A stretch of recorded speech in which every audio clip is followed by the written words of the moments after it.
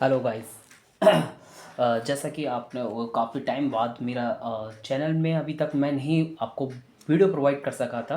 उसके लिए समार्थी हूँ और पता नहीं ऊपर से कोई प्रॉब्लम आ चुकी थी। 3 महीने के लिए मैं बैंड हो चुका था।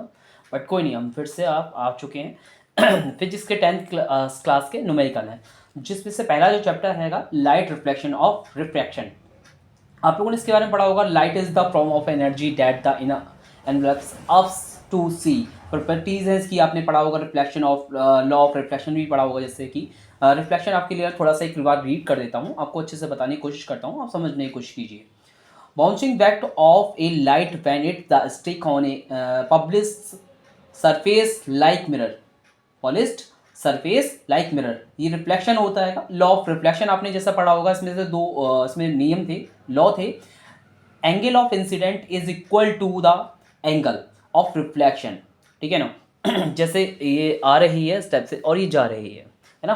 तो ये हमारे बताता है एंगल ऑफ इंसिडेंट जो आ रही होती है किरण, उनको इंसिडेंट बोलते हैं, is equal to the angle of reflection, यानी कि जा रही है और आ रही है किरण, यानी कि सपोज दैट ये आ रही है और ये उसी प्रकार से उसी मार्ग से क्या हो रही है, वापस लौट रही है। तो इसको कहा जाता है लाइट ऑफ रिफ्लेक्शन कहा जाता है। अगला है the incident ray and reflection रे and the normal at the point of incidence or lie in the same plan। मतलब क्या होता है जो आपतित किरण यानी कि इंसिडेंट किरण, इंसिडेंट रे और रिफ्लेक्टेड रे यानी कि जो लौट रही है, ठीक, नॉर्मल एट द पॉइंट यानी कि जो अभिलंब होता है उससे, है ना, उसकी ओर जो आ रही है इंसिडेंट रे और उसी प्रकार से लौट रही है, इनके बीच में जो कोण बनता है उसको ही बोला जाता है law of incident ray of reflection रे का सेम प्लान, यानी कि एक ही प्लान पे मिलते हुए होते हैं, राइट।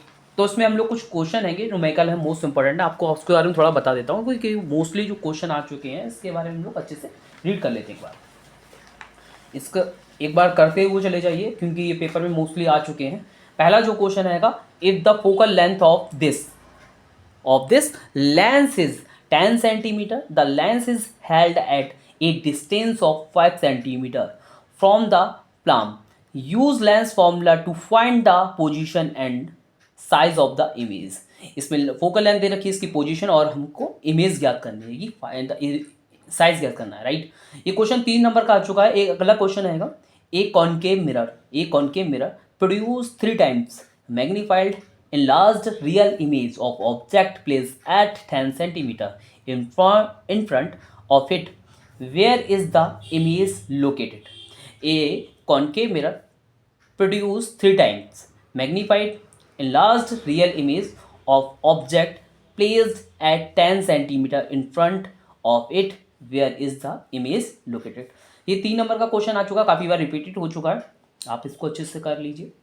मोस्टली ये चांसेस हैं कि इनमें से कुछ कम से कम एटलीस्ट ये 7 क्वेश्चन में से 8 क्वेश्चन में से एटलीस्ट 2-3 तो क्वेश्चन आ सकते हैं, ठीक है ना। तो इससे आपका भविष्य भी बन जाएगा और हो सकता है आपने कुछ भी ना पढ़ा होगा तो ये करके जाएंगे तो आपको हो जाएगा, राइट। अगला जो क्वेश्चन है 5 नंबर का आ चुका है। Question number 3, a convex lens from a real and inverted image of A needle at a distance of 50 centimeter from it. Where is the needle placed in front of the convex lens if the image is equal to the size of the object? Also find the power of the lens। इसकी size और object they रखा है, find up करनी है power of the lens का। एक बार मैं इसको दोबारा रिपीट कर देता हूँ। A convex lens from a real and inverted image of A needle at a distance of 50 centimeter from it. Where is the needle placed in front of the convex lens if the image is equal to the size of the object? Also find the power of the lens। ये question 5 number का आ चुका है, mostly important है, अच्छा सा ये question है, एक बार इसको करके जरूर जाइए। अगला जो क्वेश्चन है, an object is 5 centimeter in length is held 25 centimeter away from a converging lens, of focal length 10 centimeter. Focal length is 10 centimeter. Draw the ray diagram and find the position, size and the nature of the image formed। उसकी image भी found करनी है, ठीक। फिर से एक बार repeat कर देता हूँ। An object 5 centimetre length is held 25 centimetre away from a converging lens of focal length 10 centimetre. Draw the रे diagram and find the position, size and the nature of the image forms. ये question अच्छा है, इसको अच्छे से करते हुए जाइए आप लोग। जो भी कोई परेशानी होती है आप लोग मुझसे दोबारा इसमें सबका आंसर भी सॉल्यूशन भी दे दूंगा अगली बार वीडियो में, जो आपको नेक्स्ट वीडियो डालूंगा उसमें अगर आप लोग पूछना चाहेंगे दे सकते हैं आंसर, तो मैं आपको एक एक करके फिर सबको आंसर भी प्रोवाइड करा दूंगा, राइट। अगला क्वेश्चन हमारा 5वां क्वेश्चन है, इंपॉर्टेंट है, 3 नंबर का आ चुका है। An object is placed at A distance of 10 centimetre from A convex mirror of focal length 15 centimeter. Find the position and the nature of the image. इसकी position and nature हमको find up करना है। अगला जो question है a person needs a lens of power 3D of correcting his near vision and minus का 3D for correcting his distant vision. Calculate the focal length of the lens is required to correct these defect. ये question 2 number का आ चुका है, एक बार कर लीजिए, अच्छा है क्वेश्चन। अगला जो क्वेश्चन है इंपॉर्टेंट है, a lens of focal length 5 centimetre is being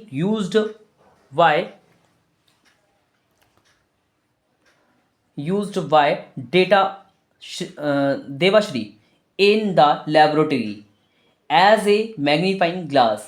Her least distant vision is 25 centimeter. What is the magnification obtained by using the glass? एक बार इसको रिपीट आउट कर देता हूँ दोबारा। ये 3 नंबर का क्वेश्चन आ चुका है, कहीं कहीं 2 नंबर का भी है, आप लोगों को इसको अच्छे से देख लीजिए। A lens of focal length 5 centimetre being used by Devashri in the laboratory as a magnifying glass. Her least distance of distant vision is 25 centimeter. What is the magnification obtained by using the glass? अगला जो question है most important है, a convex mirror is used in A car having a focal length of 300 centimeter. A phase cycle is located at 100 centimeter from this mirror. Find the position, nature and magnification of the image formed in the mirror. Most important ये question है, हो सकता है ये इस बार आपके question में आ जाए, अच्छे से रीड कर लीजिए। अगला है, देखिए हमने जो चैप्टर है हमारा लाइट रिफ्लेक्शन एंड रिफ्रैक्शन, ये उसके न्यूमेरिकल दे रखे हैं। बाकी आपकी थ्योरी के क्वेश्चन मैं आपको डाल दूंगा अगली नेक्स्ट वीडियो में, आप लोग कहेंगे तो ठीक है। अगला जो क्वेश्चन है ह्यूमन आई, इसमें से मोस्ट थ्योरेटिकल के मैंने दिए हैं, बाकी मैं आपको और भी क्वेश्चन मैं अगली नेक्स्ट वीडियो में डाल दूंगा।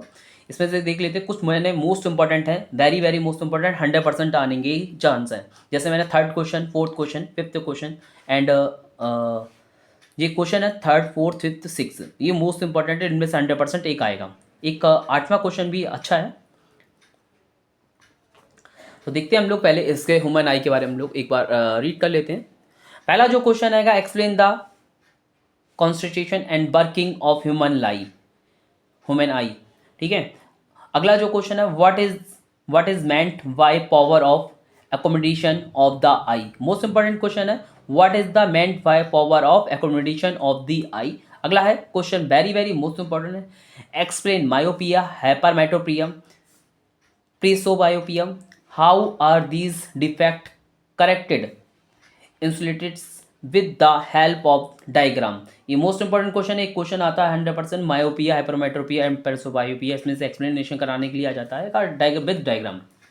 Question very most important. अगला क्वेश्चन जो 4th क्वेश्चन है, why do stars twinkling and planets does not. मतलब क्यों स्टार जो होते हैं, जो स्टार्स होते हैं चमकते हैं और प्लैनेट्स चमकता नहीं है, राइट।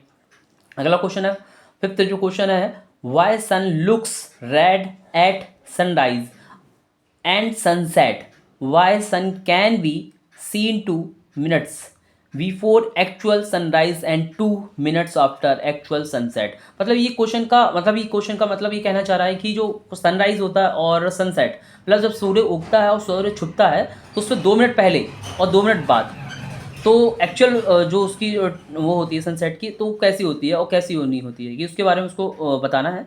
लुक्स कैसा दिखता हैगा, कैसा नहीं दिखता हैगा, उसके बारे में बताया गया है। और इसी प्रकार से आपको पता होगा, क्वेश्चन था हमारा, जो वेवलेंथ होती है सबसे कम किसकी होती है, कि बिग व्यूअर में हम लोगों ने पढ़ा भी होगा, सबसे बिग व्यूअर सबसे कम किसकी होती है, कि वायलेट की होती है ना। और सबसे अधिक किसकी होती है, रेड की होती है। कि क्वेश्चन एक मोस्टली इंपॉर्टेंट है, मिनिमम 1 नंबर का आ जाता है, कभी कभार MCQ क्वेश्चन में आ जाता है। क्वेश्चन नंबर 6 है, why red signal is used as traffic signal, why do not other colors? Why red signal is used as traffic signal, why do not other colors? Most important question है ये, अभी हमने आपको जैसे बताया था, big viewer से relative है क्वेश्चन, अच्छा है। अगला जो क्वेश्चन है 7 है, explain dispersion of light how rainbow is formed. Explain dispersion of light how rainbow is formed. अगला जो क्वेश्चन है मोस्ट इंपॉर्टेंट है 8वां, write the function of each of the following parts of the human eye. इसके प्रत्येक के question के parts के आई दे रखे हैं, कौन कौन से, कार्निया है, आयरिस है, क्रिस्टलाइन, लेंस, एंसिलरी मसल्स। इसके बारे में आपको लिखना होगा। तो यहीं पे आपको वीडियो को अंत करते हैं, ज़्यादा वीडियो बड़ा नहीं करना है हमें, ये 11 मिनट की वीडियो हो चुकी है आपके लिए। तो आपसे आशा ये करते हैं, इनको क्वेश्चन को अच्छे से रीड कर लीजिए, पढ़ लीजिए, समझ लीजिए, और जहाँ पे कोई दिक्कत होती है आपको, मैं नेक्स्ट वीडियो में आपको आंसर भी प्रोवाइड करा दूँगा। Thank you. चैनल को लाइक, सब्सक्राइब, कमेंट जरूर करें।